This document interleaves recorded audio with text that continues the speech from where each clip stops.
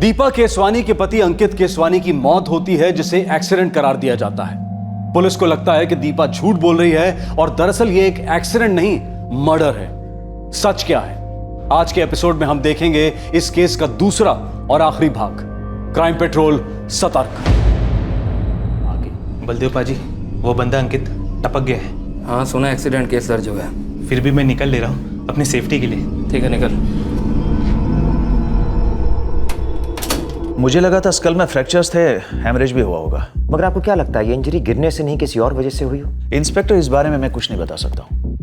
अब क्योंकि ये एक्सीडेंट केस था इसलिए मैंने आपको तुरंत इन्फॉर्म किया था। जब अंकित केसवानी को यहाँ लाया गया था, कंडीशन बहुत क्रिटिकल थी। ये तो मैं जानता हूँ डॉक्टर पटेल।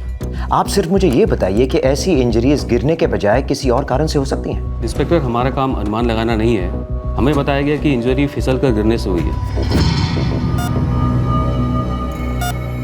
डॉक्टर, पेशेंट को पहले तपस हॉस्पिटल में लेके गए थे। ये वहाँ की रिपोर्ट है।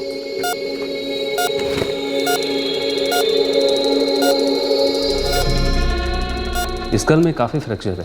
काफी गहरा कंकशन भी है।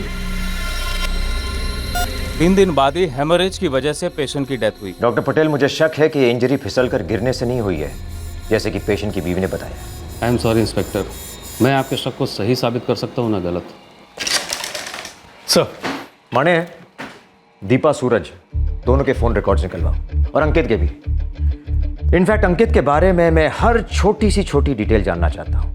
वो कौन था, क्या करता था, सब कुछ। सर, अगर पोस्टमार्टम हुआ होता तो हमारे पास ठोस सबूत होता कि एक्सीडेंट था या कुछ और। पोस्टमार्टम तो उन्होंने होने नहीं दिया। मने मौत के 3 घंटे बाद सीधा क्रिमेशन। अब इस सारे मामले का पोस्टमार्टम हम करें। मम्मी, मैं मैनेज कर लूँगी। मेरी देखभाल वगैरह की कोई ज़रूरत नहीं है। तुम प्लीज़ लौट जाओ। कैसी बातें कर रही है तू? यहाँ अकेले रह के क्या करेगी? कुछ दिन हमारे साथ रह ले, अच्छा लगेगा। मैं कुछ दिन अकेले रहना चाहती हूँ।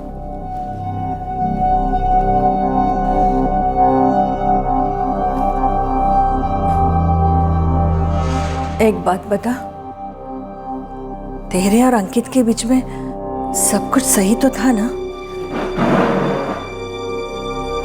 बस यही बाकी रह गया था कि मेरी अपनी माँ भी मुझ पे शक करे कि मैंने अपने पति को मार डाला। कैसी बातें कर रही है तू? पागल हो गई है? मैंने तो बस यूं ही पूछ लिया था। तेरी फिक्र हो रही थी ना, इसलिए।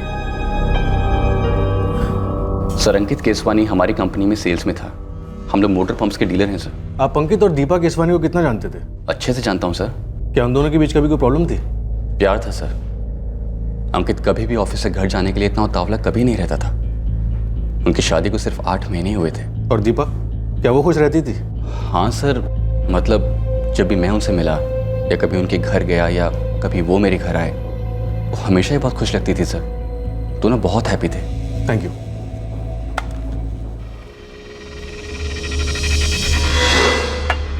तुझे पता भी है क्या बोल रहा है तू? और वो भी किसके बारे में? तो तुझे क्या लगता है अंकित कि मुझे ये सब कहने में बहुत अच्छा लग रहा है? और अगर फिर भी मैं कह रहा हूँ तो जाहिर सी बात है ना कि मैं जानता हूँ कि मैं किसके बारे में क्या कह रहा हूँ। दोस्त है ना, तो इसीलिए बता रहा हूँ। सर, दीपा, अंकित और सूरज तीनों के फोन रिकॉर्ड चेक किए, लेकिन कुछ भी अटपटा नहीं मिल रहा। माने ये देखो, 5 जून की रात को 9:30 बजे दीपा केसवानी को एक फोन आया था और उसके हिसाब से उसी रात को 10:30 बजे उसका पति घर आकर फिसला था। ये 9:30 बजे वाला कौन? हाँ सर, ये नंबर 44456758 वाशिका लैंडलाइन है।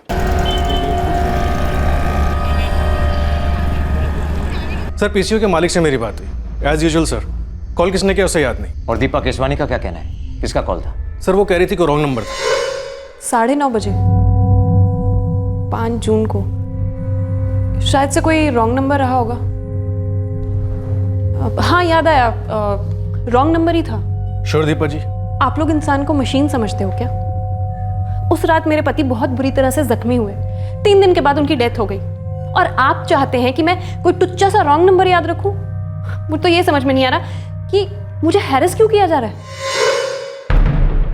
कुछ ज्यादा जल्दी ही चिढ़ जाती हैं ये मिसेस दीपा केसवानी।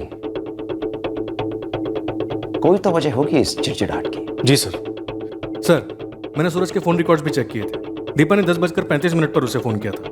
दीपा और सूरज ने खुद ये कहा है। हेलो सूरज। क्या हुआ दीपा? सर, पता नहीं क्यों इन फ़ोन रिकॉर्ड्स में और हमारी इन्वेस्टिगेशन के एंगल में मुझे कोई मतलब नहीं लग रहा। और मुझे कुछ और ही मतलब लग रहा है माने। देखो माने, हम तुम्हारी फीलिंग्स के साथ चल सकते हैं और केस क्लोज कर सकते हैं, या फिर मेरी फीलिंग्स के साथ चलें तो शायद कुछ निकल सकता है, और नहीं भी निकला तो हमने कुछ नया सीख लिया होगा इंसानों इन्वेस्टिगेशन दोनों के बारे में। बिल्कुल सर। माने, इस सूरज का पूरा बैकग्राउंड निकलवाओ। वो और दीपा कॉलेज के दोस्त थे, और उस ऑटो रिक्शा वाले को ट्रेस करो जिसने सूरज दीपा की मदद की थी अंकित केसवानी को लोकल क्लिनिक तक पहुंचा। सर। साहब, सूरज कटारी की पूरी हिस्ट्री कल तक आपके हथेली में होगी, लेकिन ये ऑटो वाला। हाँ, वो ऑटो वाला जो उस रात उन्हें क्लिनिक में लेकर गया था। साहब, अब बोले तो विरार में कितने सारे ऑटो चलते हैं ना। हाँ, तो तेरा दिमाग भी कौन सा किसी ऑटो से कम चलता है गोविंद, इसीलिए काम तुझे दे रहा हूँ। आपने चने के झाड़ पे चढ़ाई दिया है तो आपकी हथेली में मूंगफली थोड़ी ना रखूंगा। पुलिस दीपा केसवानी के पीछे हाथ धोकर पड़ गई क्योंकि उनके शक की बुनियाद काफी मजबूत थी। 2 स्टेटमेंट्स में एक्सीडेंट के अलग अलग ठिकाने बताए गए और लाश का क्रियाक्रम कुछ ज्यादा ही जल्दबाजी में किया गया, लेकिन पुलिस के हाथ कोई ऐसा ठोस सबूत नहीं लग रहा था जिसकी वजह से उनका शक यकीन में बदल जाता। लेकिन जैसे जैसे इन्वेस्टिगेशन आगे बढ़ती जा रही थी, वैसे वैसे पीछे हुए किस्से और वारदातों की कड़ियां एक दूसरे के साथ जुड़ना शुरू हो गई थी। हमारा शक गहरा होता जा रहा है सूरज के अंकित केसवानी को गिरकर चोट नहीं आई, बल्कि कातिलाना वार किया गया उस पर, और हमें लगता है कि वार तुमने किया। नहीं सर, ये बात सच नहीं है। मैंने अंकित पे कोई वार नहीं किया। ठीक है, करवाया किसी से। तुमने और दीपा ने मिलकर सुपारी दी किसी को? आखिर साजिश क्या है, बताओ हमें। सर, कोई साजिश नहीं है। जो मैंने आपसे पहले कहा था वही बात है। सर, दीपा मेरी एक अच्छी दोस्त है, तो उसने मुझे फ़ोन किया। उसने बताया कि अंकित घर में फिसलकर गिर गया है, उसको बहुत चोट लगी है, उसके सिर से खून निकल रहा है, तो प्लीज़ जल्दी आ जाओ। तो मैं चला गया सर। यही सच है सर।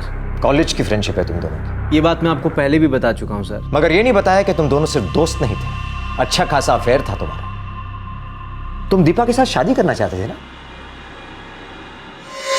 रिक्शा वाले पे स्पॉट लगाया हुआ है साहब, जल्दी आएगा वो अपने रडार में। लेकिन सूरज कटारी अपने रडार में फंस चुका है साहब, और आपके लिए खुशखबरी भी है। हाँ, तो बता ना। साहब, वो कंप्यूटर का प्रोग्राम विग्राम होता है ना, उसका सेल्समैन है ये सूरज कटारी, और इधर ही विरार में उसके बापों का एक हार्डवेयर की दुकान है, और इसका बड़ा भाई हाट बताता है उसके बापों को। खुशखबरी क्या है? खुशखबरी ये है सर जी कि सूरज और दीपा का सॉलिड कहानी था इस कॉलेज में। फिर दीपा की शादी हुई अंकित से? वो तो बाद में हुई सर जी।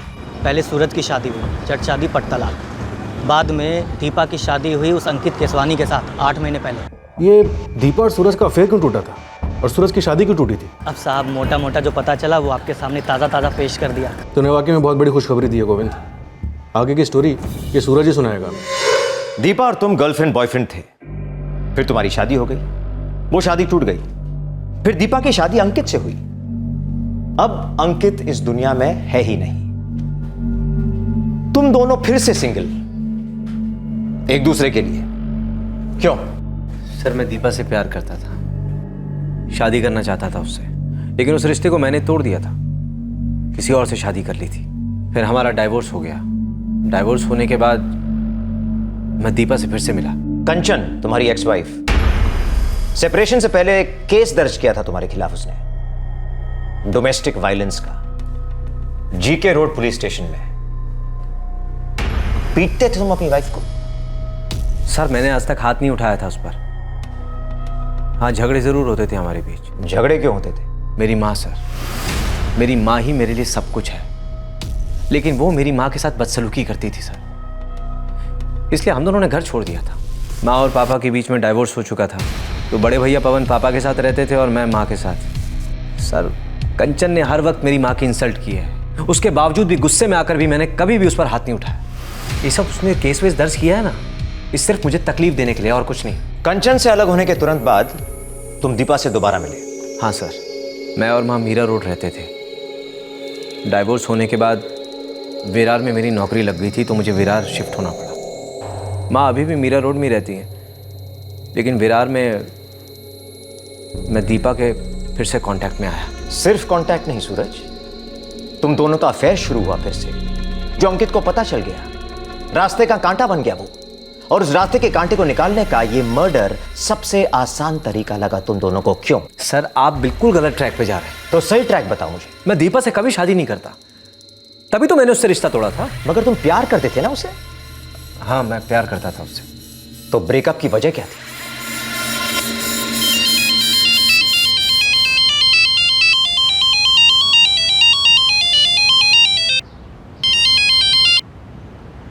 हेलो, हाँ दीपा, हाँ बोलो ना। हाँ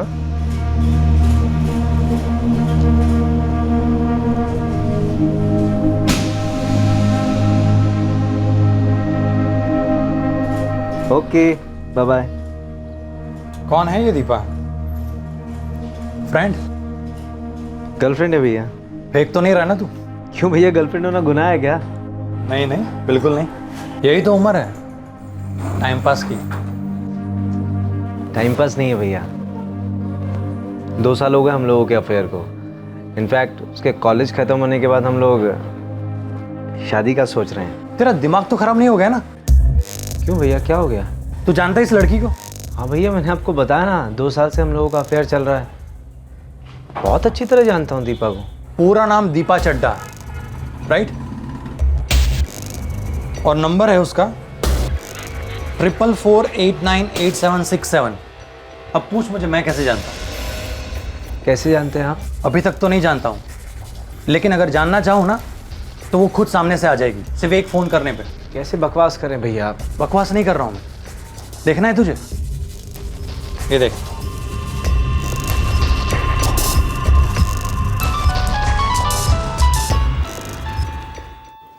हेलो। हाय, दीपा बोल रही है? या स्पीकिंग। मेरा नाम पवन है और आपका नंबर मुझे हरीश ने दिया था। ओ हाय पवन। हाय दीपा, क्या मिल सकते हैं? मुझे वो मेरा मतलब है यू नो। हाँ हाँ मैं समझ गई। बताओ कहाँ मिलना है? आज रात कैसा रहेगा? ठीक है। जगह है ना तुम्हारे पास? हाँ जगह है, उसकी चिंता मत करो आप। तो मैं शाम को 6 बजे आपको पिकअप करता हूँ सेंट्रल प्लाजा कॉफ़ी शॉप से। ठीक है। हाँ हरीश ने सब बताया ना, मेरा रेट और कितना एडवांस और बाकी सब भी? हाँ बिल्कुल, तभी तो मैंने आपको कॉल किया।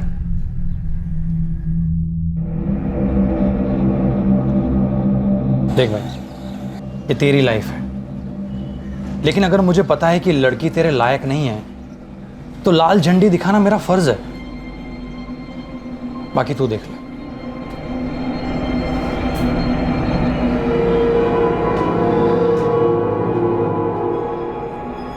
सूरज माइंड मत करना, लेकिन अभी मुझे जाना पड़ेगा, 6 बजे एक अर्जेंट काम है। ऐसी कौन सी अर्जेंट मीटिंग आ गई दीपा? कुछ नहीं, माँ को डॉक्टर के पास लेके जाना है। 6:05 हो गए, मैं निकलती हूँ। बैठो दीपा, वो फोन नहीं करेगा। क्या? कौन फोन नहीं करेगा सूरज? छोड़ो ये सब बातें, बैठो ना, मुझे तुमसे कुछ ज़रूरी बात करनी है।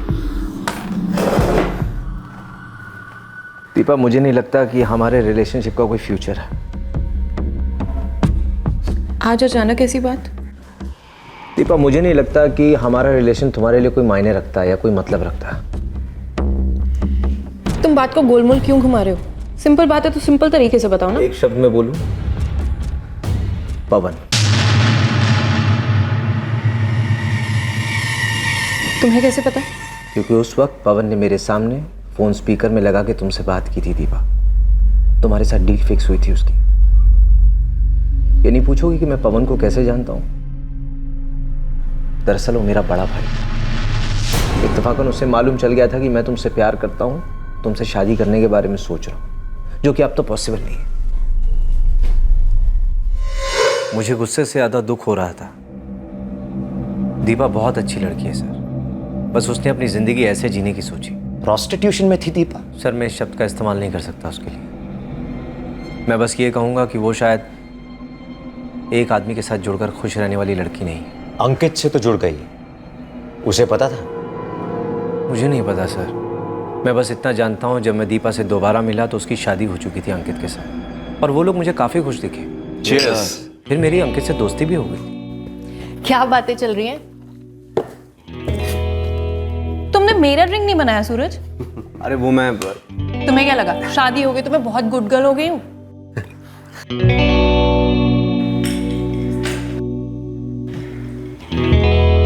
तुम्हें क्या लगता है सूरज, दीपा ने अंकित को मार डाला? नहीं सर, मुझे ऐसा नहीं लगता। वो बेशक अलग मिजाज और अलग तरह से जीने वाली लड़की है, वो अपने में खुश रहती है, लेकिन वो किसी को इस तरह का नुकसान नहीं पहुंचा सकती। हो सकता है अंकित को दीपा के अतीत के बारे में पता चल गया हो, दोनों के बीच में झगड़ा हुआ हो और गलती से दीपा के हाथों अंकित का मर्डर हो गया। मुझे चांस कम लग रहा है सर, फिर भी मैं ये बात दावे से नहीं कह सकता। पता है मैंने मुझे क्या लगता है, इस सूरज और दीपा के बीच में अफेयर चल रहा था। अंकित को इसके बारे में पता चला, उसने दोनों को धमकाया होगा। या फिर हो सकता है अंकित को दीपा के पुराने किसी अफेयर के बारे में पता चला हो, या फिर सूरज के अलावा उसने उसे किसी और के साथ पकड़ लिया हो। पॉसिबल। मगर बात यह है कि अंकित ने दीपा को रंगे हाथ पकड़ा होगा, दोनों के बीच में गर्मा गर्मी हुई होगी, और इस गर्मा गर्मी में दीपा ने शायद उसे धक्का दिया या फिर वार करने की कोशिश की। जान लेने का इरादा नहीं हुआ होगा, मगर जान तो गई, इसलिए मर्डर केस बनता है। हो सकता है सर, लेकिन अभी तक हमारे हाथों में कोई ठोस सबूत नहीं है। इस वक्त नहीं है, मगर इसका मतलब यह नहीं कि सबूत है ही नहीं। मने सबूत है, सबूत है। इसी माहौल में किसी पर्दे के पीछे यह सबूत हमारा इंतजार कर रहा है, जो सारे झूठ को बेनकाब करेगा। मने उस ऑटो ड्राइवर के बारे में कुछ पता चला? अभी तक तो नहीं सर, लेकिन विरार के सारे ऑटो ड्राइवर्स की स्कैनिंग चल रही है।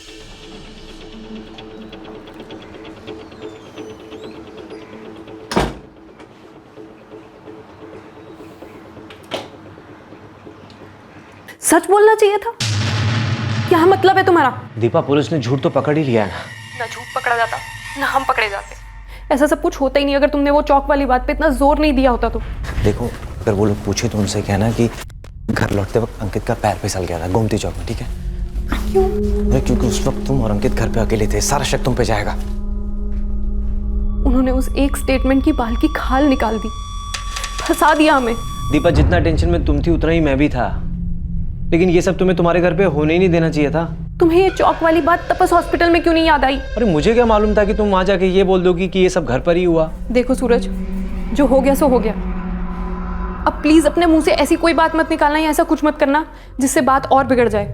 मैं उन लोगों से कह चुकी हूँ, हड़बड़ाहट में मेरे मुंह से निकला था कि अंकित गोमती चौक में फिसल कर गिरा। जो वो बिल्कुल ही नहीं मान रहे हैं, उनको पूरा शक तुम पर है दीपा। जिस तरह से अंकित का अंतिम संस्कार किया गया ना जल्दबाजी में, उससे उनका शक और बढ़ गया है।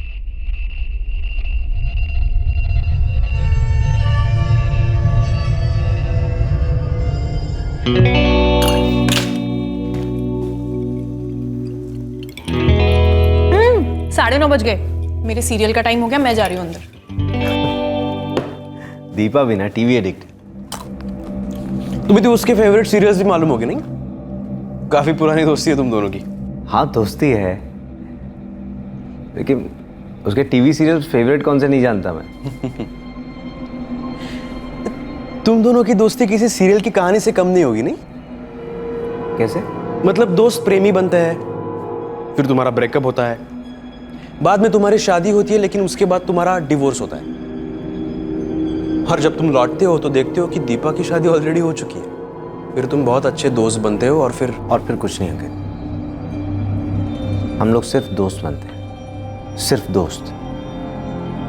देखो अंकित, जो बीत गया वो कल था, और बीता वो हमेशा दफनाया जाता है।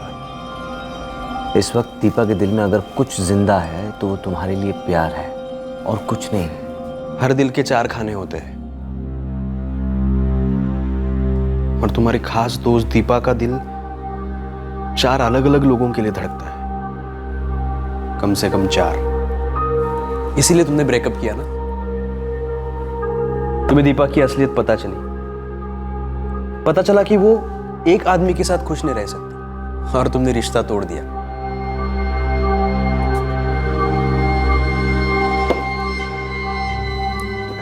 देख सूरज, मैं ये सब बात जानता हूं, लेकिन इस सब के बावजूद मैं उससे बहुत प्यार करता हूं। लेकिन तू ये सब जानकर उससे प्यार नहीं कर सका। तेरा प्यार शायद मेरे प्यार से ज्यादा गहरा है और तेरा दिल भी मुझसे बड़ा है। उतना भी बड़ा नहीं है मेरे दोस्त। कई बार दिल की बात जुबान पर दम तोड़ती है। जी करता है उसे सब बोल दूं, तू जो कर रही है वो सही नहीं गलत है। दर्द होता है यार। मैं इंसान हूं, पत्थर नहीं। तुझे पता भी है क्या बोल रहा है तू? और वो भी किसके बारे में? तो तुझे क्या लगता है अंकित कि मुझे ये सब कहने में बहुत अच्छा लग रहा है? लेकिन तुझे कब से मालूम है? देख यार, तेरी शादी के वक्त मैंने फर्स्ट टाइम दीपा को देखा था, तब मैं ये सब कुछ कह ही नहीं पाया यार। मतलब तू? तेरी शादी से कुछ ही दिनों पहले मैं तेरी बीवी के साथ गया था एक होटल रूम में, लेकिन मुझे लगा कि वो उसका अतीत है यार। शायद वो बदल गई होगी, शादी के बाद अपनी एक नई जिंदगी शुरू करने वाली है। लेकिन क्या? लेकिन वो नहीं बदली है यार। अंकित, दीपा आज भी होटल रूम्स में जाती है और घंटों के हिसाब से चार्ज करती है। बस जब मेरा कलीग अजय कोहली मुझे सब बता रहा था तब मैं कुछ ज्यादा शॉक नहीं हुआ, क्योंकि कुछ और लोगों से भी मुझे ये बात सुनने में आई थी। अच्छा, दीपा जानती है कि तुम उसके बारे में सब जानते हो? देखो, मैं नहीं चाहता कि वो कभी जाने कि ये बात मुझे मालूम है। प्यार करता हूं यार उससे, हद से ज्यादा प्यार। लेकिन अगर ये बात खुल गई ना तो उसकी इज्जत उछलेगी और मैं नहीं चाहता कि वो मेरे सामने जलील हो। मैंने तुम्हारे साथ ये बात छेड़ी क्योंकि मुझे पता है तुम दोनों की काफी पुरानी दोस्ती है और प्यार भी था कभी। हम दोनों के बीच में सिर्फ दोस्ती थी और दोस्ती है, ये बात मैं तुझसे पहले भी कह चुका हूं यार। दोस्ती से बड़ा कोई रिश्ता नहीं है सूरज, बड़ी ताकत है दोस्ती में। इसीलिए क्या तुम मुझ पर एक मेहरबानी कर सकते हो? तो जो बोलेगा वो करूंगा। बस जैसे भी हो, तुम दीपा को इस लत से छुड़वाओ। बस उसे टीवी का नहीं, मर्दों का एडिक्शन है और सिर्फ तुम ही उसे इस एडिक्शन से दूर करवा सकते हो। Can you help me please?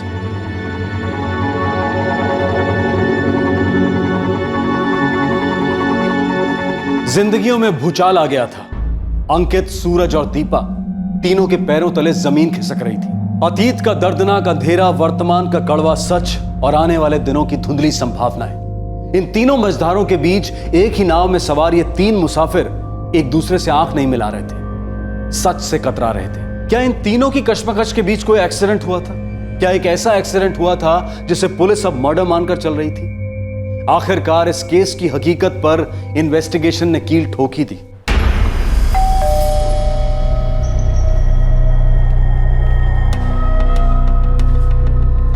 आप क्यों आए हैं आप यहाँ? वक्त आ गया है पर्दा गिराने का। आप लोग इतने जालिम क्यों हैं? किसी इंसान को शांति से शोक तक मनाने नहीं देते। मैंने अपना पति खोया है। खोना क्या होता है जानते हैं आप? जानते हैं हम, खोना जानते हैं, पाना जानते हैं, और किसी को जानबूझकर दूर भेजना भी जानते हैं, इतनी दूर कि वो वापस लौटकर आ ही ना पाए। देखिए मिसेस केसवानी, जब एक जुर्म होता है ना, तो मुजरिम के जो करीबी होते हैं वो एक झूठ छिपाने के लिए लाख झूठ बोलने को तैयार होते हैं और बोल भी देते हैं, मगर अजनबियों पे दोस्ती का ऐसा कोई बोझ नहीं होता। वो हमेशा सच बोलते हैं। सर जी, वो कॉलेज में होता है ना, पढ़ाई के बाद और पढ़ाई, पीएचडी वेचडी। अपनी तो विरार में ऑटो रिक्शा वालों पर पीएचडी हो गई। पास हुआ? First class first. ऑटो वाले की यूनियन, उसका अड्डा, ऑटो वाले की चौलें, सब छान मारा, तब जाकर आपका आदमी हाथ लगा है। नाम है कैलाश पाटिल। कहाँ मिलेगा? कहीं ढूंढने की जरूरत नहीं है सर जी। आपके लिए लेकर आया हूँ। यहीं मेरे बगल में खड़ा है। मुझे वो मेरे बगल में चाहिए या थाने में, अभी के अभी। 5 जून की रात को तुम अपनी ऑटो में एक घायल आदमी को पुष्कर क्लिनिक ले गए थे। हाँ साहब, एक मैडम थी और उसके साथ दूसरा वो साहब था और एक आदमी बेहोश पड़ा था साहब। वो मैडम जो थी उस घायल आदमी की पत्नी थी। उसका कहना है कि उसका पति घर पर फिसल कर गिर गया, उसके सर पर चोट आई, वो मर गया। हमारा सोचना है वो झूठ बोल रहा है, ये मर्डर केस है। साहब बच्चे की कसम खा के कह रहे हैं साहब, मेरा इसमें कुछ नहीं था साहब। मैंने तो उस आदमी को बस डॉक्टर के पास छोड़ा था साहब, मदद की थी साहब। वो जो मैडम थी और उनका दोस्त था, उन दोनों के बीच में बातें क्या हो रही थी? वो बात नहीं, आपस में जबरदस्त झगड़ा कर रहे थे साहब। किस बात पर? ये तो नहीं मालूम साहब, लेकिन वो मैडम मतलब सटक गई थी उसकी उस आदमी पर। झगड़े का मुद्दा तो समझ में नहीं आया साहब, लेकिन ये बात साफ है कि उस घर में कुछ तो लफड़ा था साहब। उस रिक्शे वाले का ना तो कोई स्वार्थ है, ना फायदा, ना मतलब, इसलिए उसके झूठ बोलने का 0 चांस है। मिसेस दीपा केसवानी, ये सब किया कराया आपका है और ये सारा अरेंजमेंट आप ही के घर हुआ था। उस ऑटो वाले ने कुछ कह दिया और आपने मान लिया? किस अरेंजमेंट की बात कर रहे हैं? उस अरेंजमेंट का नाम है बलदेव आहूजा। ताज्जुब हो रहा है ना आपको? इतना बड़ा राज हमें कैसे पता चल गया? मगर यह भी एक राज है जो मुजरिम को जेल जाकर समझ में आता है। जी हाँ मैडम, जेल आपका इंतजार कर रहा है, वहां आपको सब कुछ समझ में आ जाएगा।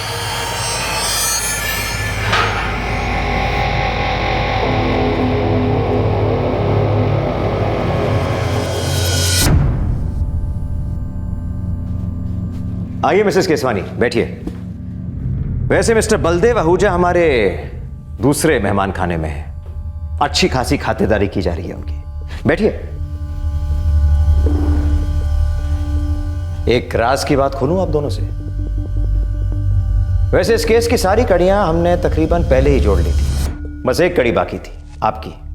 थोड़ा मुश्किल पड़ रहा था क्योंकि आप शुरुआत से ही अबला होने की एक्टिंग कर रही थी, मासूम बनने के दावे कर रही थी। मगर सच ये है मिसेस केसवानी कि हमने आपके हर दावे पर गिरे पर्दे को ना सिर्फ उठाया है बल्कि उसके चिथड़े उड़ा दिए हैं।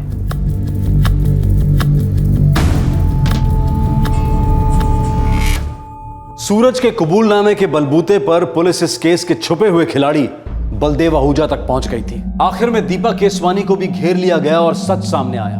अंकित केसवानी की मौत एक एक्सीडेंट होने के बावजूद भी एक कत्ल था, एक अटैक हुआ था, एक साजिश हुई थी। बलदेव, रात को दूध वाला बैग दरवाजे पर लटकाना मत भूलिएगा। तुम सुबह से 3 बार बोल चुकी हो, मैं चाहूंगी ना तो भी नहीं भुला पाऊंगा। दूध उबाल कर ही फ्रिज में रखना। ओ यार पम्मी, तुम 10 दिन के लिए अपनी मम्मी के यहाँ पे जा रही हो और लेक्चर मेरे को ऐसे दे रही हो जैसे पता नहीं बॉर्डर पे कोई जंग लड़ने जा रही हो। मायके जाके कहीं मेरे को भूल मत जाना। भूल जाती हो तुम, फोन भी नहीं करती हो। ऐश तो तेरी है भाई बलदेव। हाँ मेरी भी ऐश है। वैसे ही बता, भाभी गई कहाँ है? हाँ भाई 10 दिन के लिए मायके गई हुई है। भाई मैं तो ये 10 दिन पूरे मजे करने वाला हूँ। हाँ वो तो तेरा फोन आया था तभी पता लग गया था मुझे। अच्छा यार भाई, एक काम है, कोई है क्या आइटम? क्या बोल रहा है बे? समझा करे यार, कोई अच्छी सी कॉल गर्ल एस्कॉर्ट टाइप। यार देख, मेरे को कोई होटल वोटल में तो जाना नहीं है, तो कोई दिला देना यार, मतलब जो घर पे आके तेरे भाई को 5 स्टार ट्रीटमेंट दे दे। ओए बलदेव, तूने मुझे समझ के क्या रखा हुआ है? मेरा वो मतलब थोड़े था मेरे भाई। मैं ये कह रहा हूँ कि तूने कभी अपने घर पे बुलवाया होगा या तेरे किसी फ्रेंड ने, तो कोई तो कॉन्टैक्ट नंबर शंबर होगा ना यार। कितनी अजीब बात है ना। तुम्हारा पति अंकित तुम्हारे बेस्ट फ्रेंड सूरज से रिक्वेस्ट करता है, मैं अपनी बीवी से बहुत प्यार करता हूं, उसे समझाओ जरा, वो गैर मर्दों के साथ न जाए। और तुम्हारा बेस्ट फ्रेंड सूरज क्या करता है? अंकित की मदद करने के बजाय वो तुम्हारी मदद करता है नए कस्टमर्स ढूंढने के लिए। मतलब भरोसा, इंसानियत, जुबान, इन सब चीजों की कोई अहमियत ही नहीं रही दुनिया में। क्यों सूरज? ए दीपा, बलदेव मेरा दोस्त है यार, स्पेशल फ्रेंड है। लेकिन तुम्हारे स्पेशल फ्रेंड के लिए कोई स्पेशल डिस्काउंट नहीं होगा सूरज। उसको बता देना फुल कैश एडवांस में। पैसे की टेंशन मत ले, एकदम मालदार पार्टी है, एक्चुअली उसकी वाइफ गई हुई है कुछ दिन के लिए घर से बाहर, तो बलदेव साहब थोड़ी सी ऐश करना चाहते हैं। ठीक है, तो उसका नंबर मुझे एसएमएस कर दो। मैं देखती हूँ कि तुम्हारे इस स्पेशल फ्रेंड को कब और कितनी मस्ती मारनी है। Yes darling, when you come I ready any time. आज रात फ्री हूँ, लेकिन पूरा एडवांस रहेगा। सूरज ने बताया तो होगा ना? अरे एडवांस की क्या बात कर रही हो डार्लिंग, तू बस आज रात मेरे को खुश कर दे, तेरे को 10 दिन का एडवांस आज ही दे दूंगा। Okay baby. अंकित, मैं आज रात को अपनी फ्रेंड के यहाँ जा रही हूँ। एक्चुअली उसकी थोड़ी क्राइसिस चल रही है। सुबह 7 साढ़े 7 बजे तक आ जाऊंगी। ओके?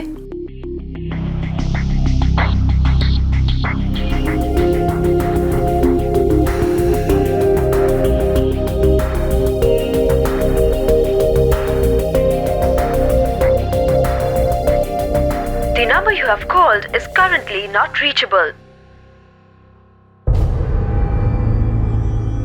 नहीं आई मतलब? नहीं यार, कोई इशू होगा। वैसे बहुत प्रोफेशनल लड़की हो। अबे काहे की प्रोफेशनल पे? 9:30 बजे आने वाली थी, 11:30 बजने वाले। अरे यार मैं ड्रिंक पे ड्रिंक पिए जा रहा हूँ और मैडम ने अपना फ़ोन स्विच ऑफ करके रखा हुआ है। देख यार बलदेव, अब मैं कुछ नहीं कर सकता। मैंने तुम लोगों को मिलवाया, तुम लोगों की बात हुई, अब तुम लोगों के बीच में जो कुछ भी है, प्लीज़ यार बलदेव उसमें मुझे इन्वॉल्व मत कर। तो अब सारी रात अकेले कैसे घसीटूं?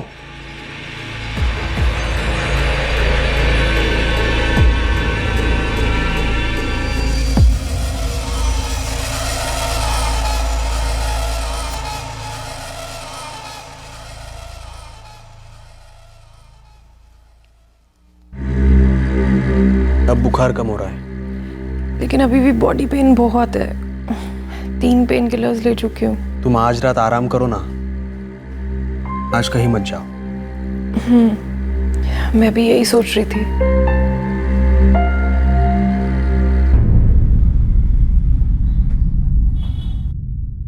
हेलो दीपा, क्या बकवास है ये? सॉरी बलदेव, लेकिन मेरी तबीयत बहुत खराब है। मैं उठ ही नहीं पा रही हूँ। अरे यार एक फ़ोन तक नहीं किया तुमने। मैं 2 दिन से वेट किए जा रहा हूँ। तो क्या करूँ? ऐसे आऊँ? क्या एंजॉय करोगे तुम? मैं कल तक ठीक हो जाऊंगी, फिर आती हूँ।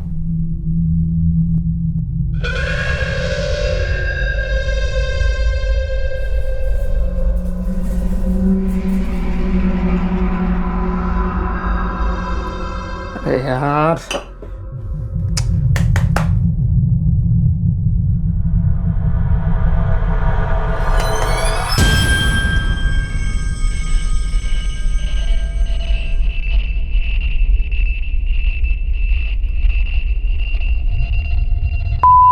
साले, तेरे को भी आज ही खराब होना था। नहीं चलते।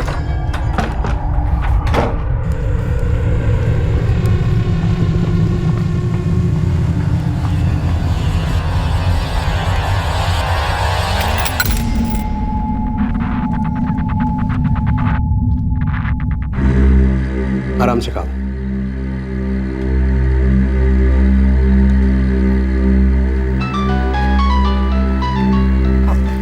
तुम मत उठो, मैं देखता हूँ। नहीं, तुम खाना खाओ, खाना मत छोड़ो, मैं देखती हूँ।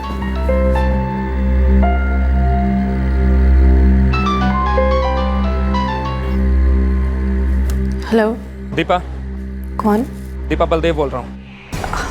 हाँ बलदेव बोलो। तू आने वाली थी ना? मेरी तबीयत ठीक नहीं है, मैं अभी नहीं आ सकती।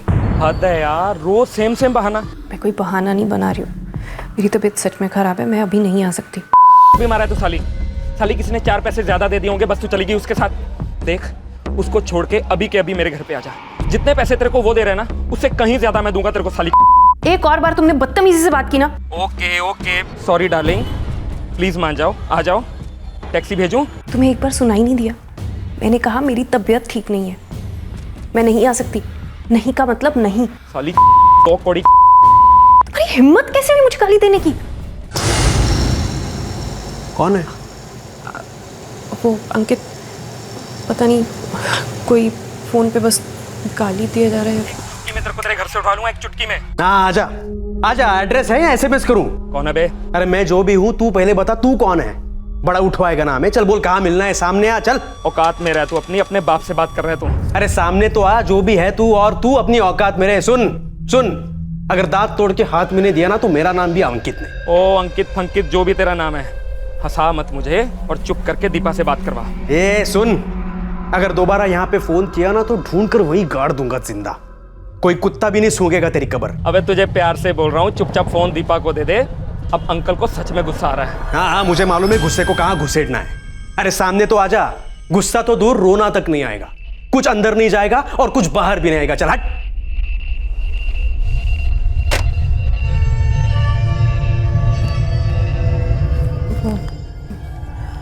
मैं नहीं जानती कौन था, पर उसको मालूम है अब मैं कौन हूं। चलो डिनर खत्म करते हैं। अबे क्या हो गया बलदेव? एड्रेस दे साली का, एड्रेस दे। अरे भाई बलदेव थोड़ा शांत रहे यार। जब उसने बोला है कि वो बीमार है तो बीमारी होगी ना। तू उसके दल्ले की तरह बात क्यों कर रहा है बे? देख मेरी हट गई है, मुझे उसका एड्रेस चाहिए। तू मुझे पागल समझ रहा है? तू इतना गुस्से में है और मैं तुझे उसका एड्रेस दे दूं। ठीक है, तू एड्रेस मत दे उसका, मेरे पास तेरा एड्रेस है। मेरे साथ मेरा एक आदमी है, हम तेरे पास आएंगे, तेरी साले हड्डी तोड़ेंगे, साले तेरे को फोड़ देंगे। उसके बाद मेरे तू एड्रेस तो क्या, तू उसके घर छोड़ के आएगा मेरे को साले। अपने दोस्त को धमकी दे रहा है बे? तुझे पता है ना जब मेरी सड़क जाती है मैं कुछ नहीं देखता। तेरे को पता है ना पहले भी मैं 2 हाफ मर्डर के लिए अंदर जा चुका हूँ। हाँ जानता हूँ। तो फिर क्या चाहता है? तेरे हाफ मर्डर के लिए भी अंदर चला जाऊँ मैं? एड्रेस दे रहा है या मैं तेरे घर पे लेने आऊं?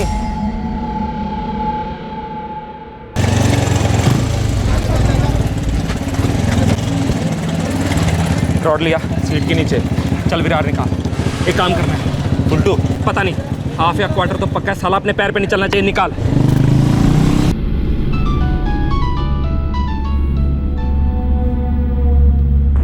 हेलो दीपा, तेरा बलदेव से कोई झगड़ा हुआ क्या? सूरज, वो तुम्हारा दोस्त ना एकदम घटिया है, 3rd क्लास सड़क छाप। उसको समझ में नहीं आता कि मेरी तबीयत खराब है, मैं नहीं आ सकती। फोन पे फोन किए जा रहे हैं। दीपा, उसने मुझे धमका कर ना तेरा एड्रेस ले लिया। सूरज, तुम्हारा दिमाग तो खराब नहीं हो गया? तुमने उसको मेरा एड्रेस दे दिया? यार मैं क्या करता, मुझे जान से मारने की धमकी दे रहा था वो। और तुमने मेरी जान खतरे में डाल दी। तुम्हारा दिमाग खराब हो गया। तुम मेरा एड्रेस कैसे दे सकते हो उसे? तुम्हें पता है अंकित घर पे है और उसकी लड़ाई अभी अंकित से हुई है। मैंने कहा था कोई रॉन्ग नंबर है। मैं डर गया था यार। तुम्हें ये नहीं करना चाहिए था। तुम नहीं जानते हम लोग बहुत बड़ी मुसीबत में फंस गए हैं। तू देख लेना यार, हैंडल कर दे।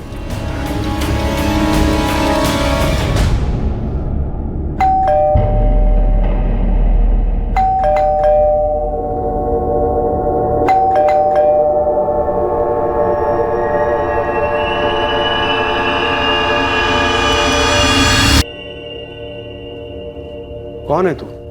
तू ही था ना बे जो फोन पे धर्मेंद्र बन रहा था? मुझे सामने आने के लिए बोला था ना?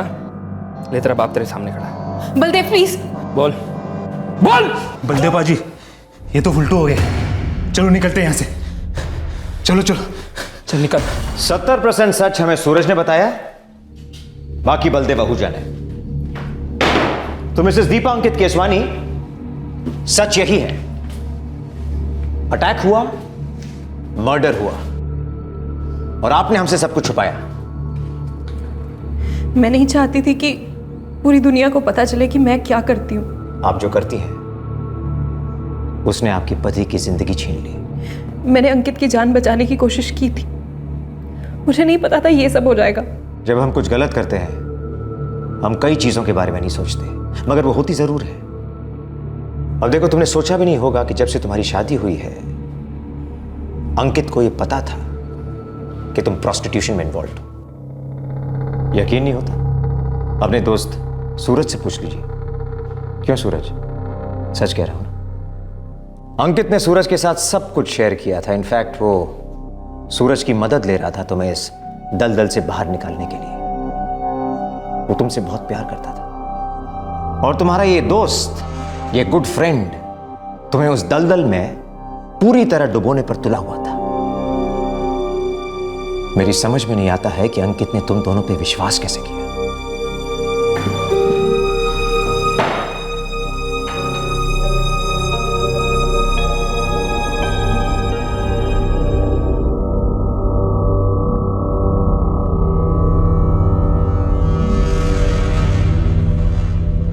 एक बात कहूं, मैं सालों से जानती थी कि तुम अलग अलग मर्दों के साथ घूमती हो।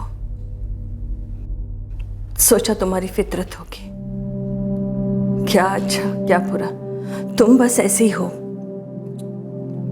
पर ये मैंने सपने में भी नहीं सोचा था कि तुम पैसों के लिए अपना जिस्म बेचोगी। मम्मी प्लीज, मैं पहले ही बहुत जलील हो चुकी हूँ, मेहरबानी करके तुम मत शुरू हो जाओ। मैं भी कम जलील नहीं हुई हूँ बेटा। एक बात याद रखना, बच्चे या माँ बाप जो कुछ भी करते हैं उसका असर एक दूसरे पर होता है। तुम्हारी गलती से आज एक मासूम की जिंदगी हमेशा हमेशा के लिए खत्म हो गई। एक ऐसा मासूम जो तुमसे बेहद प्यार करता था, तुम्हारे बारे में सब कुछ जानते हुए तुमसे बेहद प्यार करता। सब गलती से हुआ, एक एक्सीडेंट था। मैंने कभी किसी का बुरा नहीं चाहा, और अंकित के साथ ऐसा हो ये तो मैंने कभी नहीं चाहा। मैं सिर्फ अपनी जिंदगी अपने तरीके से जीना चाहती थी। मैंने कभी सपने में भी नहीं सोचा था कि ऐसा कुछ हो जाएगा।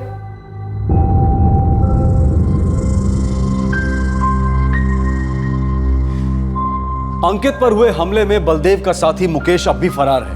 वो एक हिस्ट्री शीटर है और पुलिस उसे ढूंढ रही है। दीपा, सूरज और बलदेव को आईपीसी की धारा 302 के तहत हत्या के लिए और धारा 201 के तहत सबूत मिटाने के लिए और पुलिस को गलत जानकारी देने के जुर्म में गिरफ्तार किया गया है। दीपा अपनी जिंदगी किस तरह से जीना चाहती थी उस पर हम कोई जजमेंट नहीं कर सकते, लेकिन इतना जरूर कह सकते हैं कि उसके लाइफस्टाइल की वजह से ही यह हादसा हुआ जिसमें उसका पति अंकित केसवानी मारा गया। अंकित पर हमला सोच समझकर किया गया था। मकसद भले ही कत्ल का नहीं था, लेकिन हमलावर अंकित को सबक सिखाने आए थे और उनके हाथों एक हत्या हो गई। क्या यह मौत अवॉइड की जा सकती थी? एक तरफ दीपा को डर था कि अगर अंकित को उसके व्यवसाय के बारे में पता चल गया तो उसकी शादी टूट सकती है। इसलिए जब फोन पर बलदेव से झगड़ा हो रहा था तब उसने अंकित से झूठ कहा और कॉलर की आइडेंटिटी को गुप्त रखा। दूसरी तरफ था सूरज कटारा, जो जानता था कि अंकित दीपा की हरकतों से काफी हद तक डिस्टर्ब्ड है, लेकिन उसकी मदद करने की बजाय उल्टा वो दीपा को नए नए क्लाइंट्स दिलवा रहा था। क्या इस तरह के झूठ से, पीठ पीछे इस तरह की बेईमानियों से कभी किसी का भला हो सकता है? जवाब है बिल्कुल नहीं। दीपा अपने देह व्यापार की सच्चाई को अपने परिवार वालों से, समाज से छुपा कर रखना चाहती थी, इसलिए वो एक हादसे को छुपा रही थी, एक कत्ल को एक्सीडेंट का रूप देने की कोशिश कर रही थी। लेकिन जुर्म छुपाए नहीं छुपता, जितना छुपाने की कोशिश करो उतना ही ज्यादा उभर कर सामने आ जाता है। पुलिस को इस केस की शुरुआत में ही दाल में कुछ काला नजर आ गया था और उन्होंने दाल के गलने तक इसका पीछा नहीं छोड़ा। इस केस को अंजाम तक ले जाया गया। किसी समझदार व्यक्ति ने कहा है कि अगर सच बोलो तो कुछ भी याद नहीं रखना पड़ता, लेकिन एक झूठ बोलने से काफी लंबे अरसे तक कई और झूठ बोलने पड़ते हैं, लेकिन फिर भी झूठ पकड़ा ही जाता है। आपसे फिर मुलाकात होगी क्राइम पेट्रोल सतर्क में एक और नए केस के साथ। तब तक अपना ख्याल रखें, सुरक्षित रहें और याद रखें, झूठ बेवजह दलील देता है, सच खुद अपना वकील होता है। सही वक्त, सही कदम, सतर्क रहें। जय हिंद। इस तरह के और भी एपिसोड देखने के लिए हमारे चैनल को सब्सक्राइब करें और बेल आइकन दबाना ना भूलें।